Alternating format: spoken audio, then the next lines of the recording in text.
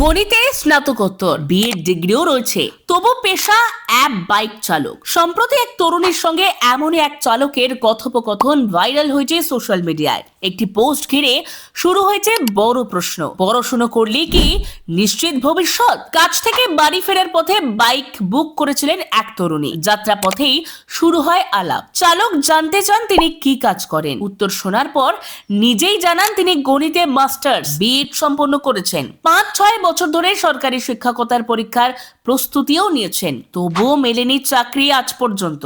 বর্তমানে জীবিকা নির্বাহের জন্য বাইক চালান, এমনকি যাত্রীর কাছেই চাকরির সুপারিশ চেয়েছেন। তরুণীর পোস্টে উঠে আসে এক কঠিন প্রশ্ন।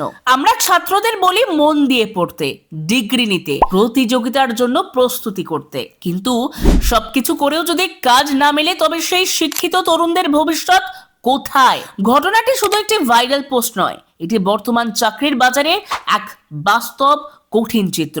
ডিগ্রি আছে, দক্ষতা আছে, কিন্তু সুযোগ কোথায়? সমাজ, শিক্ষা ব্যবস্থা এবং কর্মসংস্থানের কাঠামো সবকিছুকেই নতুন করে ভাবার সময় কি আসেনি এখনো? একটি বাইক যাত্রা যেন তুলে ধরলো এক প্রজন্মের নীরব হতাশা।